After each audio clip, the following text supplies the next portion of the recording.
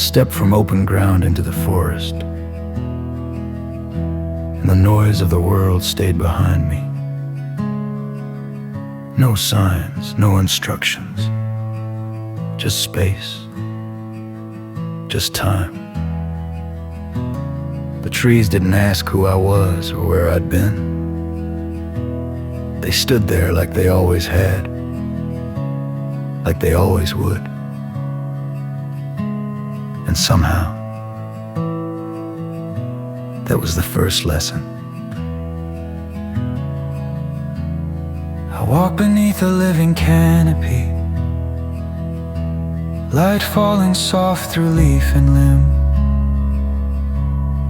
Pine and oak stood tall around me, cedar breath, maple skin. Roots curled deep in patient silence, branches holding years in sky. Every tree knew something older than the questions in my mind. The ground spoke next. Moss, fern, fallen logs, soil layered with what once lived and what would live again. Fungi threading unseen highways, stitching everything together. Nothing wasted here, nothing forgotten. I learned that decay is not failure. It is preparation. This is how the forest teaches, without a voice, without a hand. Life and death in gentle circles, written into every stand. What falls feeds what is rising,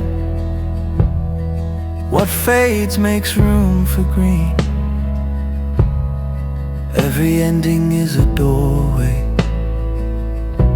to a place we haven't seen.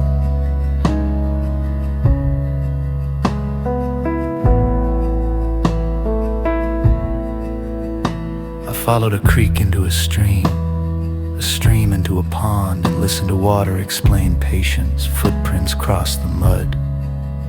Deer, fox, bear, wolf, all moving with purpose, none in a hurry. The forest doesn't ask where you're going. It only notices how you're walking. Bird songs stitch the air together, owls and hawks above the ground.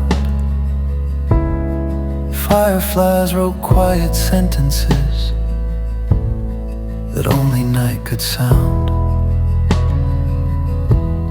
In every shadow something breathing, in every stillness something real. I stopped trying to understand it and learned how it feels to feel. The forest showed me balance, how carbon becomes oxygen, how fire becomes ash, and ash becomes rebirth. Nothing here fears change, nothing resists the season. Survival doesn't come from holding on, it comes from knowing when to let go. This is how the forest teaches, through the wild and through the calm, in the breaking and the mending, in the quiet and the strong. Doesn't promise easy answers,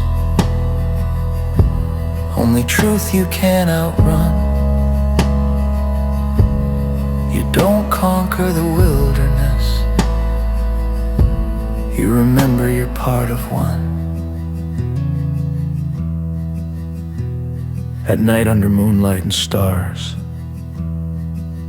I heard my own breath again. My heartbeat slowed, like it recognized this place. The forest didn't make me feel small.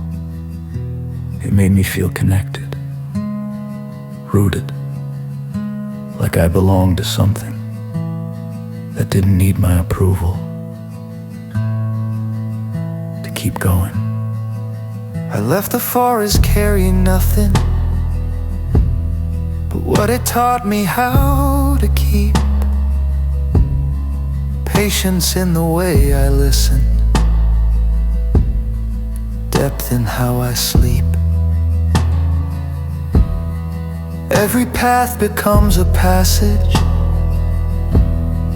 every step a chance to see.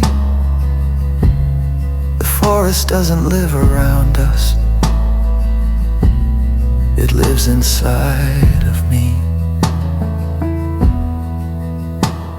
The forest is not something you visit,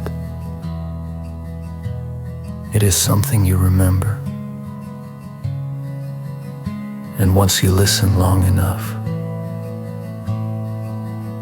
you start to hear it everywhere. In wind, in silence, in yourself.